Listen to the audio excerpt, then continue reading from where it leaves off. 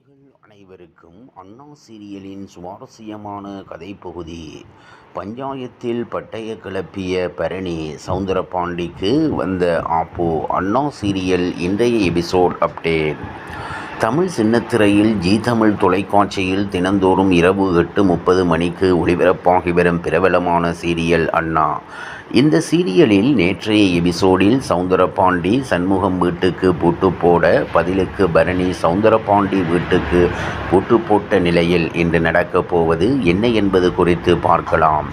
அதாவது, சண்முகத்தின் குடும்பத்தினர் வீட்டுக்குள் செல்ல முடியாமல் வெளியில் தங்கியிருக்க, சண்முகம் எல்லோருக்கும் சாப்பாடு வாங்கி வந்து கொடுக்க, பக்கத்து வீட்டு பெண்மணி சாப்பாடு இல்லாமல் கூட இருந்திடலாம், தண்ணி இல்லாமல் எப்படி இருக்க முடியும் என்று ஒரு குடம் தண்ணீரை கொண்டு வந்து கொடுக்கிறார். இப்படி அக்கம் பக்கத்தினர் எல்லோரும் சண்முகத்தின் குடும்பத்தை கவனித்துக் கொள்கின்றனர்.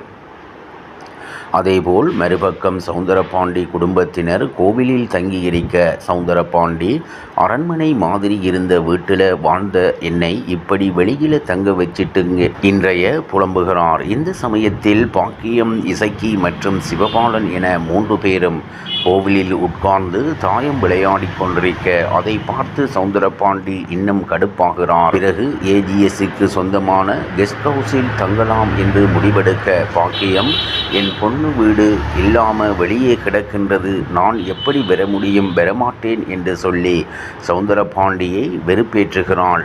மறுநாள் பஞ்சாயத்துக்கு கூட சவுந்தரபாண்டி, சண்முகம் என்கிட்டதான் பணத்தை கடனை வாங்கி இருக்கேன், அதுக்கான பத்திரம் என்கிட்ட இருக்கு என்று சொல்லி காட்ட, சண்முகம், நான் அண்ணாச்சி கிட்டதான் கடன் வாங்கி இருந்தேன் என்று சொல்ல, சவுந்தரபாண்டி கொடுத்த பத்திரத்தில் சவுந்தரபாண்டியுடன் கடனாக வாங்குகிறேன் என்றுதான் எழுதியிருக்கிறது. இது தெரியாமல் சண்முகம் கையெழுத்து போட்டது தெரிய வருகிறது.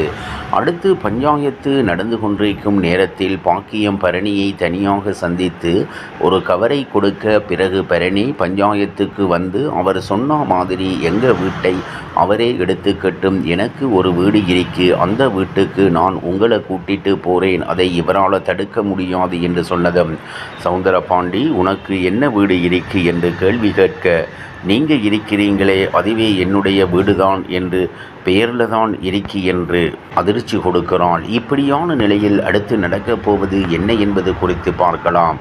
இவ்வாறாக அண்ணா சீரியலின் சுவாரஸ்யமான கதைப்பகுதி செல்கிறது. இனி சுவாரஸ்யம் உங்களை காத்திருக்கிறது. மீண்டும் சந்திப்போம்.